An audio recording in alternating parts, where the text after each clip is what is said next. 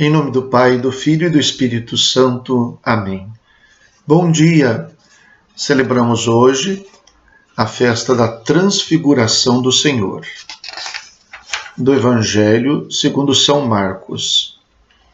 Naquele tempo, Jesus tomou consigo Pedro, Tiago e João e os levou sozinhos a um lugar à parte, sobre uma alta montanha, e transfigurou-se diante deles. Suas roupas ficaram brilhantes e tão brancas como nenhuma lavadeira sobre a terra poderia alvejar.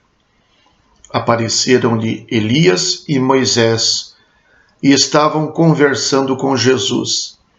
Então Pedro tomou a palavra e disse a Jesus: Mestre, é bom ficarmos aqui. Vamos fazer 3 tendas, uma para ti, outra para Moisés e outra para Elias. Pedro não sabia o que dizer, pois estavam todos com muito medo. Então desceu uma nuvem e os encobriu com sua sombra. E da nuvem saiu uma voz: Este é o meu filho amado, escutai o que ele diz. E de repente, olhando em volta, não viram mais ninguém, a não ser somente Jesus com eles. Ao descerem da montanha, Jesus ordenou que não contassem a ninguém o que tinham visto, até que o Filho do Homem tivesse ressuscitado dos mortos. Eles observaram essa ordem, mas comentavam entre si o que queria dizer ressuscitar dos mortos. Palavra da salvação. Glória a vós, Senhor. Há 2 aspectos muito relevantes nesta narração e, de uma maneira especial, na festa que nós celebramos. A primeira delas é a glória de Jesus, que se refere verdadeiramente à glória que nós esperamos. É por isso que ele proíbe que eles digam alguma coisa até que ele tenha ressuscitado dos mortos. Trata-se de uma antecipação da glória. É a glória que Jesus sempre teve, como diz o Evangelho de São João. Glória que ele tinha desde antes da criação do mundo, porque ele estava em Deus e as coisas foram criadas por ele e para ele. Então, a glória da qual Jesus já participava, a glória dele, esta glória é manifestada aos discípulos, a algumas testemunhas.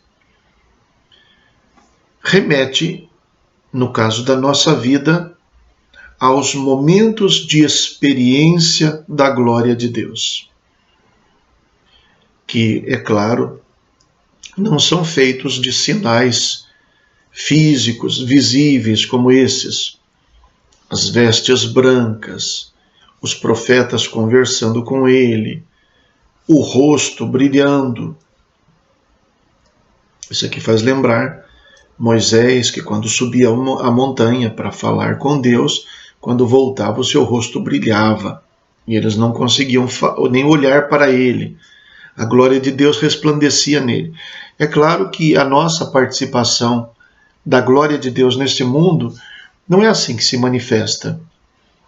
Mas quantas vezes a gente experimenta a glória de Deus em acontecimentos, em experiências de oração, em momentos de gratidão a Deus? Quantas vezes nós já experimentamos aquela alegria profunda que a gente sente que é de Deus?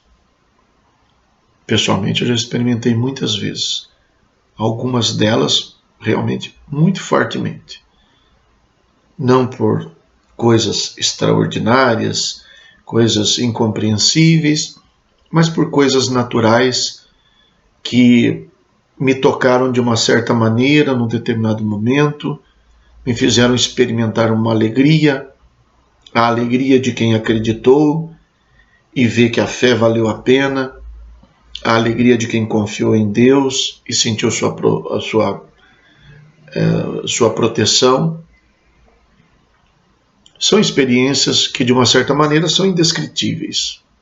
Cada um teria alguma coisa a dizer sobre isso, em diversos níveis. Então, estas experiências que nós temos, Deus nos concede, diria, certas antecipações da glória. São Paulo diz aos Coríntios que aquilo que Deus preparou para aqueles que o amam, nenhum olho viu, nem ouvido ouviu. Ninguém sabe, ninguém experimentou, para dizer é tão grandiosa a graça que Deus tem reservado para aqueles que o amam. É tão grande que não é possível descrever. Então, nossos momentos de alívio, nossos momentos de consolação, como agimos diante deles? Não é a questão de nos apegarmos a eles, pensarmos que nós vamos viver de alegria, de graça, de glória. Esta vida não é assim. Esta vida é o exílio. Nós não somos cidadãos deste mundo. Nós somos peregrinos aqui. Nossa pátria é o céu. Então, as experiências de consolação que nós temos são experiências para nos ajudar a continuar caminhando. É por isso que a gente guarda em silêncio, porque, de uma certa maneira, são antecipações da glória. O segundo aspecto que esta narração do Evangelho põe em evidência é a confirmação da parte de Deus, do Pai, de que Jesus é o seu Filho amado, a voz que vem do céu. No fundo, esta é a lição que nós devemos tirar. Jesus é o Filho amado de Deus. E diante dessa manifestação, a exortação: escutai o que ele diz. É então uma maneira de Deus Pai confirmar a missão do Filho e convidar os homens a olhar para ele. Tanto quanto Maria, nas bodas de Caná, disse: fazei tudo o que ele disser. Escutai o que ele diz. Esta é a grande missão que nos incumbe. E então, celebrando a festa da Transfiguração, nós queremos contemplar a glória de Jesus. Contemplá-la nele mesmo, como manifestação da glória do Pai, que nem sempre é vista com o brilho, com a roupa alvejada, mas é vista também na figura do servo sofredor, do Filho de Deus que se entregou por cada um de nós, que morreu para nos salvar. Contemplar a glória de Deus nos sofrimentos do Filho de Deus. E também darmos atenção a esta voz vinda do alto que nos convida a escutar a palavra de Jesus e a praticá-la. É por isso que nós somos cristãos. Rezemos. Ó Deus, que na gloriosa transfiguração de vosso Filho confirmastes os mistérios da fé pelo testemunho de Moisés e Elias e manifestastes de modo admirável a nossa glória de filhos adotivos. Concedei aos vossos servos e servas ouvir a voz do vosso Filho amado e compartilhar da sua herança. Por nosso Senhor Jesus Cristo, vosso Filho, na unidade do Espírito Santo. Amém. O Senhor esteja convosco. Ele está no meio de nós.